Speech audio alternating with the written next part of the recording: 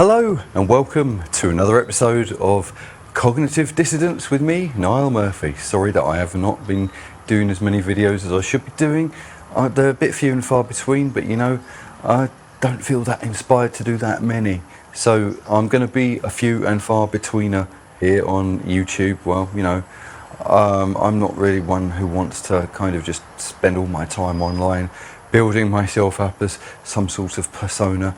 It doesn't really feel natural for me to do that. I mean, when I started doing these videos years ago, I did feel a bit like that, but I sort of lost my enthusiasm. And the truth of the matter is that when I do talk in these videos, I want to have something to talk about. And I think that the fewer and the further between these videos are, the more what I talk about will be of substance. I won't be just a slave to the news, if you know what I mean. Following trends, all that sort of stuff. I only really want to come on here and talk about something when I think that that something has meaning. Right, so it is, as I speak, the 20th of February 2026, and a lot's happened in the news. There's a few things I'm not going to talk about, like sweaty nonce Andrew. I mean, that's pretty unprecedented in British history. What I want to talk about today is, of course, Rupert Lowe and Restore Britain, because that's depending on, you know, who you talk to. The reactions that that has you know, sparked have been everything from like elation to absolute paranoia and total out and out freak out right wing phobia. And so I wanted to you know, look a little bit deeper into the weeds of it all and try to you know, present this in as grown up a perspective as possible, because there seems to be a lack of that, does there not? There seems to be a lack of a grown-up perspective, zoomed out, bigger picture, you know, trans-ideological, if you like, way of looking at all of this, going deep into the weeds, deep into the nuances, and looking at it from every perspective without having a low-resolution binary, this way or that way, look at it all. And that's what I intend to do. So we'll start off by playing the clip that Rupert Lowe released, where he was talking on his farm, and see you at the other end.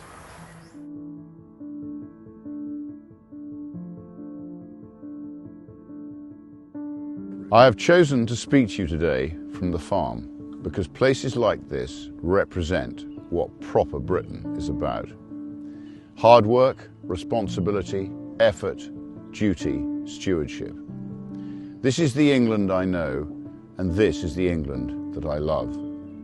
On a farm, you don't think in election cycles or headlines or polling. You think in seasons. You think in generations, in what you leave behind to those who come after you. And that's why, here on the farm, I am now launching Restore Britain as a national political party. I'm now going to dedicate my life to finding, organising, funding, and providing hundreds of qualified candidates to present to the British people at the next general election. This process has already started, with invitations being issued to patriots in aligned political parties, Reform, the Conservatives, the SDP, Advance, and more.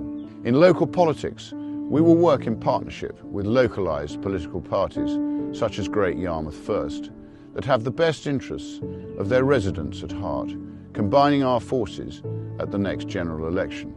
The men and women standing for Restore in that election will not be politicians, I promise you that. They will not be failed ministers. They will not be tainted by failures of the past. They will be from business, from the military, from science, from medicine, from education, from industry, representing real communities up and down the country. Every single one will be from well outside the existing political establishment, and every single one will understand the difficult decisions that need to be taken. Because there are no easy fixes. I'm not going to tell you comforting lies about the condition of our country. I have only ever been honest with the British people, and I will be straight with you now. What is necessary will be incredibly painful. But for the first time in a very long time, voters will have a genuine alternative which is truthful with them about the scale of what now has to be done. The first priority is to control who comes to our country and more importantly, who stays in our country. Restore Britain will not just stop mass immigration, we will reverse it. Every single illegal migrant will be securely detained and then deported. The message will be unrelenting. If you are in this country without our permission, you will be removed. For the foreseeable future, far more people must leave Britain than arrive.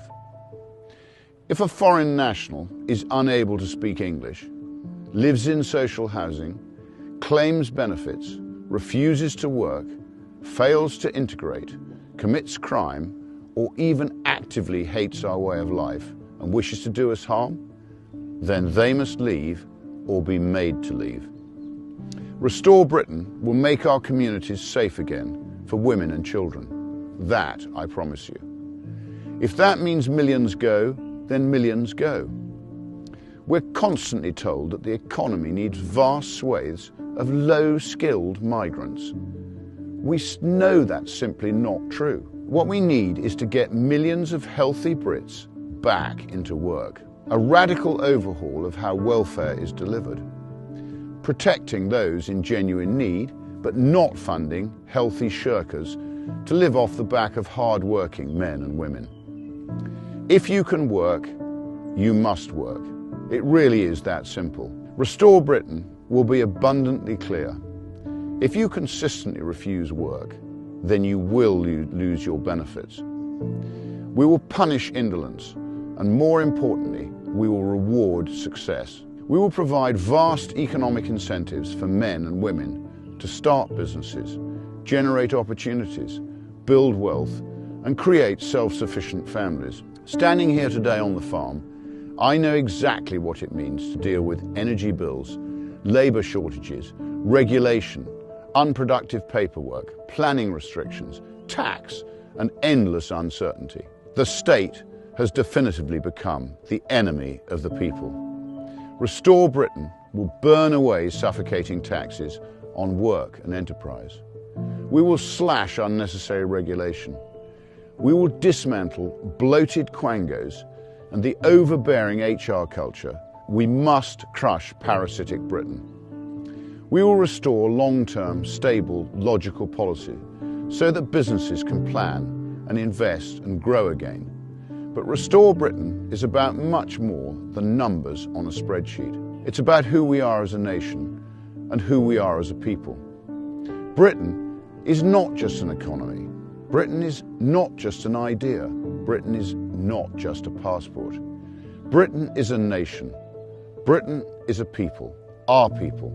And Restore Britain will never allow that to be erased. We will celebrate our Christian heritage and the identity that built and shaped this country. Responsibility, restraint, forgiveness, duty, and fairness. In short, a high-trust society. That will mean defending our culture. That will mean resisting the relentless creep of radical Islam. That will mean banning the burqa, outlawing Sharia law, blocking cousin marriages, and reimposing our Christian-based rule of law. A Restore Britain government would legislate to ensure that no halal or kosher slaughter on British soil. This is Britain, and we will do things our way. This political party now exists for one reason: to restore Britain, to make it a better, safer, and more prosperous place for British men and women to raise their families. It will be difficult and it will be painful, but I assure you, it is possible. I hope you will consider joining me on this journey and becoming a member of our party. It is our country, it is now our collective responsibility to act. Together, we will restore Britain. Thank you.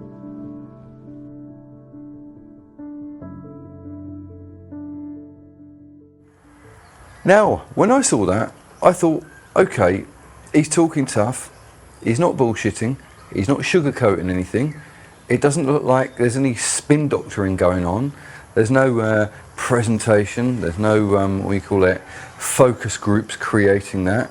He doesn't come across like as if he's reading off a script in the way that bloody Starmer would do. There's no fireworks and there's no annoying, frivolous flamboyance like what you get from bloody Nigel and all his shower. He's just a straight-talking man, and he's not promising anything to be good. He says it will be painful, and you know, he has an idea of what he wants to do with the UK. And the trouble is, of course, is that we're in a time now where people are just knee-jerk reacting. When I listen to what he has to say, when I watch that, I feel like he's a grown-up talking to me like I'm a grown-up. I feel like he's not mincing his words, he's not bullshitting, none of that. And that is incredibly rare in politicians. But the problem is, of course, is there's a lot of people out there who have all sorts of, you know, problems, you know, with him, which of course I want to go into. But my verdict on this was, at least he's speaking authentically. Whether you agree or not with everything that he says, at least he's not taking you for a fool. At least, you know, it doesn't look like as if it's been through, as I say, focus groups and, you know, gone out of its way through a corporate spinning machine to come out as beige as possible to offend the least amount of people. No, it's a bloke on his farm talking from his perspective about how dissatisfied he is with the UK, with Britain, and what he would do to put it right. And a lot of what he says would be unsavoury to a lot of people, but that's just the way it goes. Anyway, what I did want to talk about, of course, I've got all these bullet points, right? What I did want to talk about was then by talking about reform. Are they to be trusted? Because Rupert Lowe, for those of you who don't know, was making a speech, and in the speech he spoke about mass immigration. And this was quite a while back, when he was with Reform. He asked Nigel apparently, oh, do you want to read my script and check it out to make sure that you're okay with it? And Nigel responded by saying, oh, I don't read other people's scripts, just do it. So he did it, and they didn't like what he said. Right? And this resulted apparently in Zia Youssef, who is the, well, if the Reform get into government, will be the future Home Secretary, a Muslim man of Sri Lankan origin, who joined Reform, who accused Rupert Lowe of threatening to want to kill him, strangle him, or shoot him with his gun or something like that, which then resulted in Rupert Lowe having the police come around and raid his farm, which then could have risked Rupert Lowe being put into prison, spreading rumours about him having dementia because he was old, and then in the end having to drop all the charges. Rupert Lowe come out the other end after having his guns seized, and of course he's a farmer, so that's why he's got the guns. They're family heirlooms that have been passed down through the generations. He's not exactly someone who's going to go on a school shooting spree, is he? No, he's quite a responsible bloke from what I can see. And farmers usually have shotguns for whatever reason farmers do. He has the licence for them all, and of course he's got, as a 68-year-old man, as a record of never misusing his shooters. So they will return to him. But apparently, you know, members of his family were crying when the police turned up and, you know, went through his stuff. And this was all for nothing, nothing at all. Why didn't they just say to him, look, we don't agree with you, we're excommunicating you from the party, you can now be a independent MP. And then it makes me think that, well, this was how the left was supposed to be, isn't it? This is how the lefties, the far left, and the wokies were supposed to be. You know, cancel people, falsely accuse them of something, have their houses raided and all of that. This was not supposed to be how Reform was supposed to be. So, as Rupert was hounded out in such a horribly brutal way, that meant, of course, that it's left me thinking, well, you know, would I trust Zia Youssef in the Home Office? Would I trust Nigel in number 10? Would I trust any of them? And then in recent years, Nadine Dorries, the architect of the online safety bill, or at least one of them, has been invited to come and join Reform. What's his name? Nadeem Zahawi, who was was he Health Secretary after Matt Hancock, I think, who during the time of COVID and the lockdowns and all of that, who was talking about trying to get kids vaccinated. He was one of the vaccine tyranny people at the time. He's been invited in. And Robert Jenrick, who, well, I don't know, has been trying to say a lot of things that might make him sound like he has a lot of integrity as a human being, but, well, I think after Kemi Badenoch fired him from the party, right, I don't think she'd done it for any bad reason, myself. He's joined Reform, and now they just look like, well, how can I say, a watered-down Tory party where they've washed out a lot of the blue and it's gone teal in the wash, with lots of spectacle and fireworks and pyrotechnics and cheesy music. Oh, don't forget that terrible song by Andrea Jenkins. I'm not going to play it on here because I'm a musical snob. But anyway, I look at them now and I think, well, if they're going to get into power, they're just going to be like an ersatz, basically an ersatz British MAGA pretend, but in real life failed ex-Conservative party. And I don't feel that they are the real deal anymore. No. And they seem to have backpedaled on a lot more of their, what you call it, policies that they were going to bring in. And there'll be people out there that are saying, but maybe he's playing 4D chess. And he could well be playing 4D chess, old Nigel. But then he might decide to make himself a little bit less, I don't know, Blair 3. He certainly seems to be becoming that way when he's in power. But I doubt it. I think that he's, let's say, he's been brought into the fold, as it were. And I don't trust them now. I honestly don't trust them at all. So, a lot of people in Reform now are basically starting accusing them of being neo-Nazis, starting, Restore Britain, Rupert Lowe's lot, of being neo-Nazis, including, what's her name, Layla Cunningham, the potential Reform mayoral candidate. She's accusing him of being like neo-Nazis and the Aryan race type and all of that lot. Of course, she is an Egyptian Muslim herself, and this really don't seem right at all to me, because they're using the language of the woke themselves against Rupert Lowe's party, after all this time of everyone else using the language of the woke against them, calling them Nazis. And there's something not quite right about that. So, when it comes to the evils in the world, the evil ideologies in the world, I'm not the sort of person who's going to dismiss the far right. Now, if I get into arguments with lefties, they'll accuse me of being that right. But I'm not one to dismiss the real dangers of the real far right, because I remember them back in the day. I do.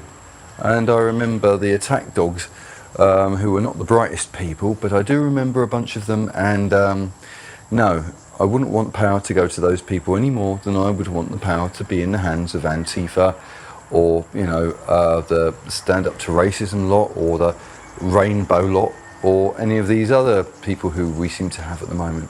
I wouldn't want the power that is within the hands of the far left to be returned to the far right, because they're both far, and that's not good.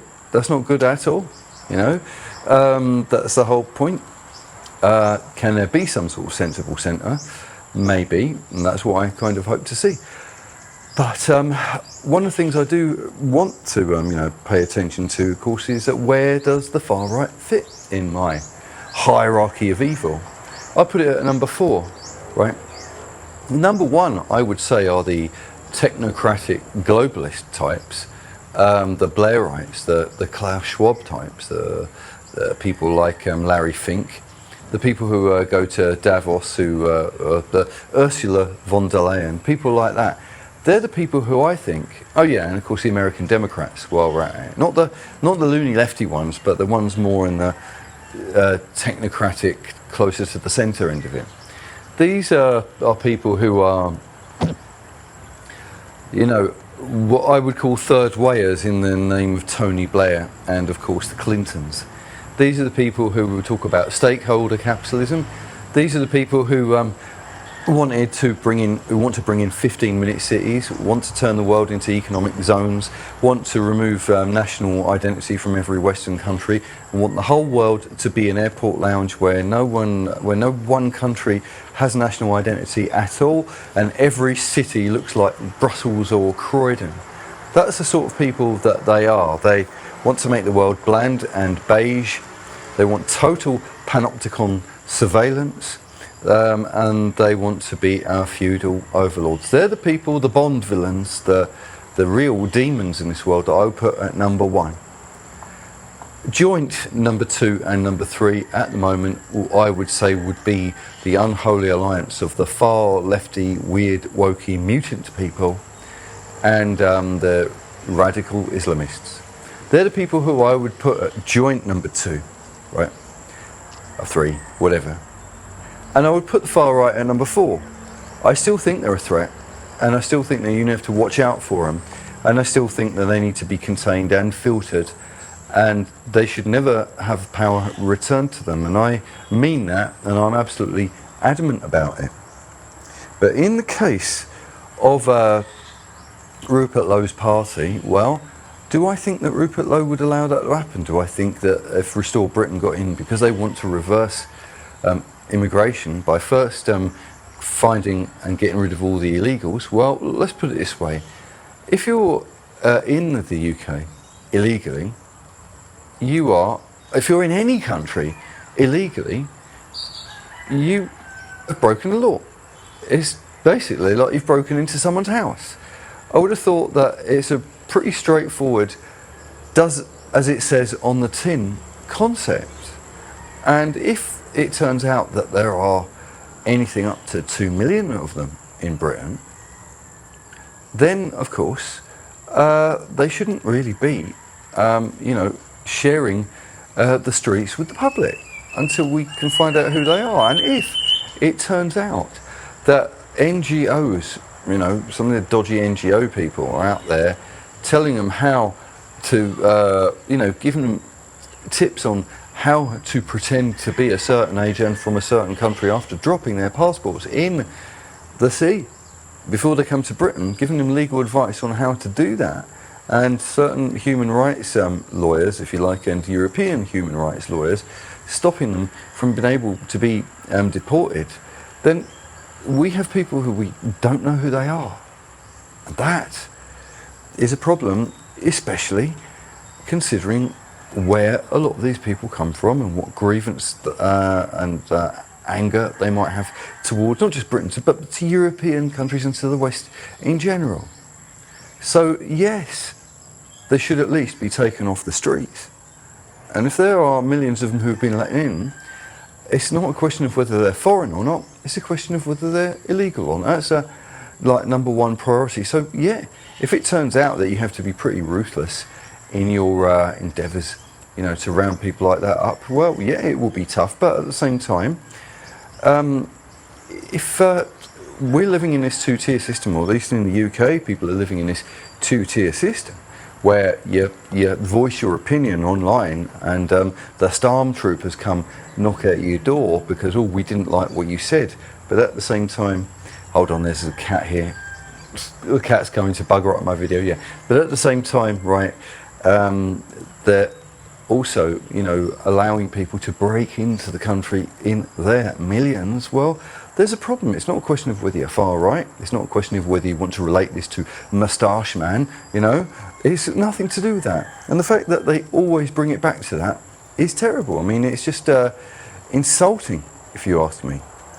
So, one of the things I have noticed as well is comedian Andrew Lawrence, whose comedy I like. The way he was taking the piss out of Keir Starmer and a lot of the characters that he created, and a lot of the videos that he did where he did not allow his freedom of speech to be taken away from him, right? I thought were admirable. I thought that the way he was taking the piss out of modern Britain was actually really good. But as soon as Rupert Lowe come along and Rupert Lowe's party come along, he initially took the side of reform and became an attack dog for reform against Rupert Lowe. And I thought, well, no, I don't want my comedians to become like politicians. I don't want them to be taking one side over another. And then Alex Phillips, who is presenter on Talk TV, she has become an attack dog now, a proper shouter downer, as if you like, of anyone who supports Rupert Lowe's party over Nigel Farage. She has just become an attack dog, and she's behaving in that same propagandist way that all of those other more mainstream people were behaving. And it really is a question of them showing their true colours.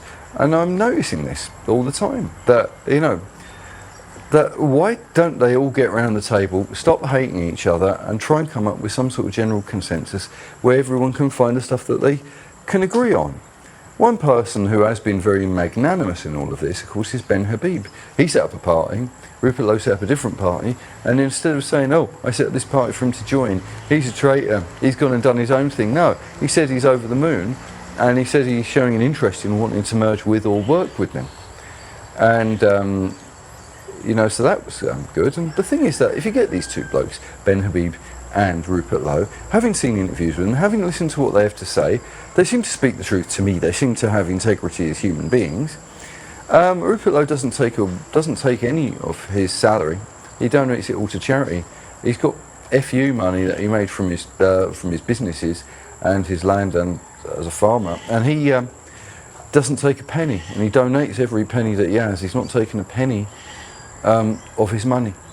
And he says that what he wants to do is to find people outside of the political system to come in and join him, as he said, who have no history at all of being involved in the Westminster bubble, which I also think is a good idea. I can see people like Peter McCormack, the podcaster, who interviews a lot of people who used to have a Bitcoin-related podcast, and in those days he interviewed Nayib Bukele, the president of El Salvador. And my argument would be that if he was involved in Rupert Lowe's government, he'd want to get good trade deals, I suppose, from El Salvador and the UK, in which case there might be a lot of Hispanic, Latino business people coming to the UK, and it would be in the interests of Rupert Lowe to make sure that the skinhead bother boot wearing racists don't beat them up. I mean, when I think of it from the economic perspective, I would also think that he would look at people who who came from Hong Kong, the Hong Kong Chinese who came over to London to get away because they don't feel safe living in Hong Kong anymore because of the encroaching Chinese influence, shall we say. And they were part of a culture that built up laissez-faire free market capitalism into what turned out to be an extremely successful city, the last city of the British Empire, which now is being subsumed into China. And they grew up with English common law, and I'm sure that Rupert Lowe would embrace and welcome those people to stay in the UK, because he wouldn't see them as being hostile actors at all. I'm sure of that. I'm sure that he'd want to do good deals with places like Singapore, Malaysia, places like that. I'm sure that he would have no problem with a lot of this stuff. And I mean, if you sat him down and he ended up speaking to some of the Emiratis, I'd imagine in like Dubai or Abu Dhabi, who the sort of people who are aware of how Islam works within their own country, but don't want to send their own students to England because they don't want them being radicalised by the more radical Islamists, Muslim Brotherhood types who are in the UK. I'm sure that Rupert Lowe would not be, how can I say, in a low resolution bipolar way, simply hostile to them for being Muslims. And, but he would have boundaries and say, well, this is how we do things here. But I'm sure that he would, be interested in setting up, doing business deals with them too. So, when it comes to the sort of the hardliners, the racists, the people like that, I personally think that, he's just going to make sure to contain them. People like Steve Laws, of course, I don't know if you know who he is, but he's an ethno-nationalist who wants total racial purity in England or in the UK. He probably wouldn't deport me, actually. He probably wouldn't want me back there with my Irish background, but so that's the thing. He'd probably also want to deport Ben Habib to Pakistan, right? So this is the thing. I hope that if Rupert Lowe does get in power, he does put Ben Habib into a senior position, because then all the people who want to deport Ben Habib will not want to be part of that party, thus making it less of a neo-Nazi party, right? So that kind of makes sense to me as well. All this talk about far-right bollocks, and you know, when they used to use words like far-right, when they use words like racist and all that, they're only using these words to shut down the argument. Now here I am, out in the Far East, here I am in the Philippines, right? And recently, as I have to do one time a year until I can get a certain type of visa, I had to do a visa run. So me and the wife went and visited Kuala Lumpur recently, because I had to get out of the country just for a few days and then come back, get another year stamp here. And one of the things I noticed about there in Kuala Lumpur, Malaysia, they have a sort of post-British Empire Westminster style system there with their politics. Ethnically they're very diverse and they're very mixed. They have Indians, they have Chinese people. It's quite a mixture of different types of people. But the indigenous people, who would be called the Malays, who would racially be referred to as the Austronesians, who are like, you know, if you look at the Filipinos, the Thai, the Indonesian, people whose, how can I say, skin colour is darker brown. They're not pale like the Chinese or the Japanese or the Koreans. They're browner skinned, maybe a little bit shorter, and also their features are different.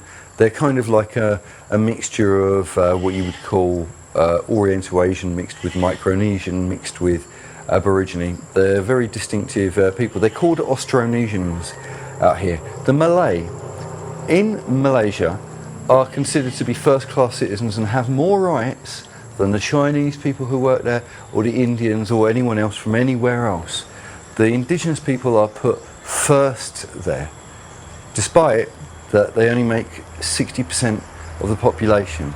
The Chinese are welcome to live there, and the Indians are welcome to live there, and Kuala Lumpur is a very multicultural city.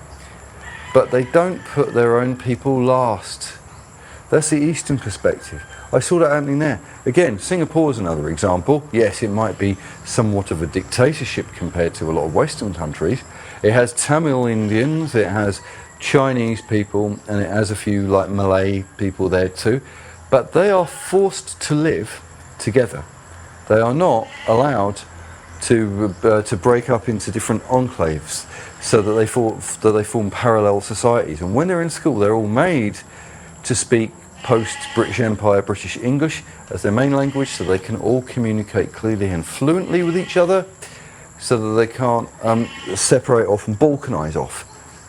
All right, that's the thing. Now these countries might be what you would call airport lounge countries. Same with Dubai as well. Well, they put their own people first there too, don't they? And back here in the Philippines, this is a country with a very strong national identity. Filipinos come before everyone here. They put their own people first. That means I would be a second-class citizen however long I lived here.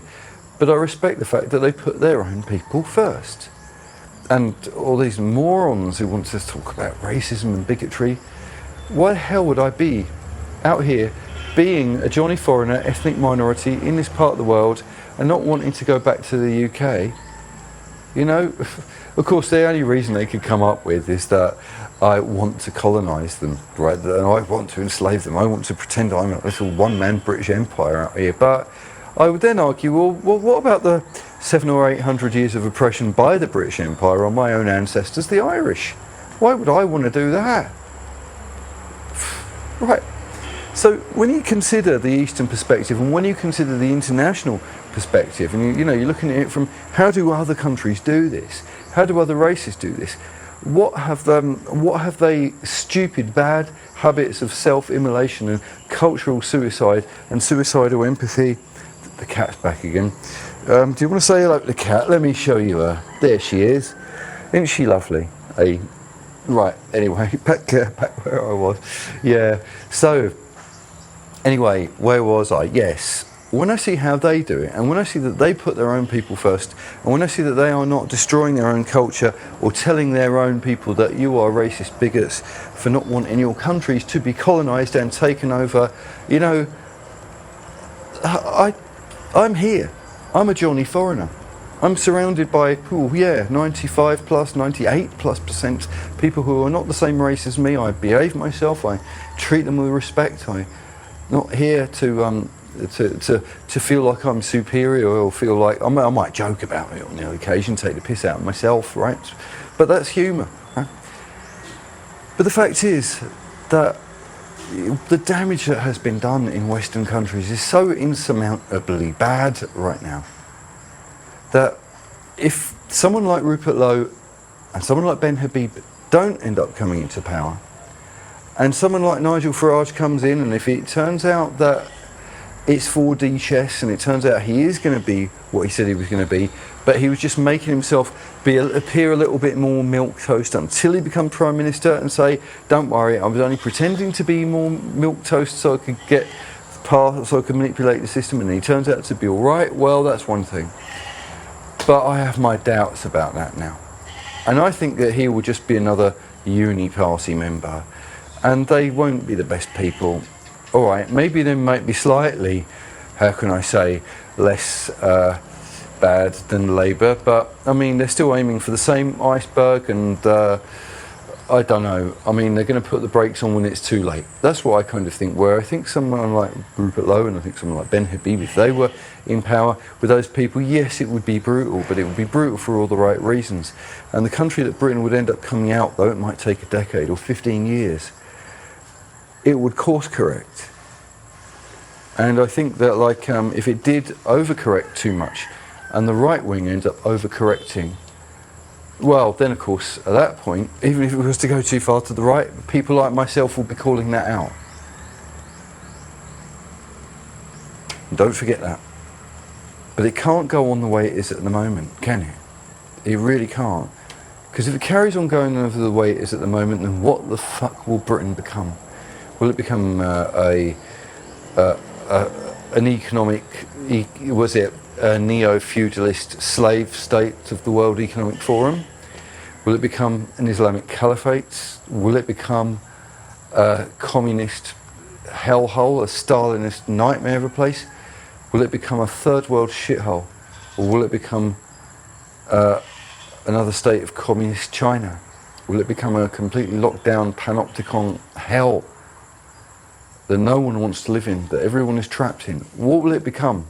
Or will it become all of that?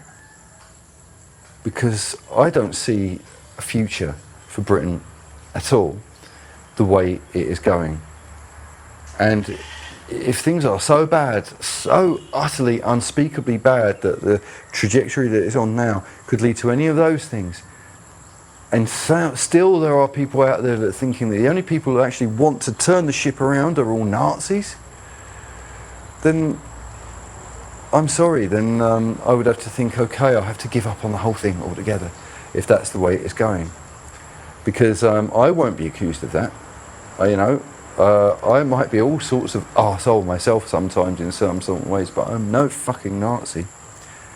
And I'm just so sick to death of hearing all these people say this, right? So, I mean, I would say if you want to have a better understanding of Rupert Lowe's Restore Britain, then I would say there are three blokes that you must listen to, and that is Lewis Brackpool, who else is there?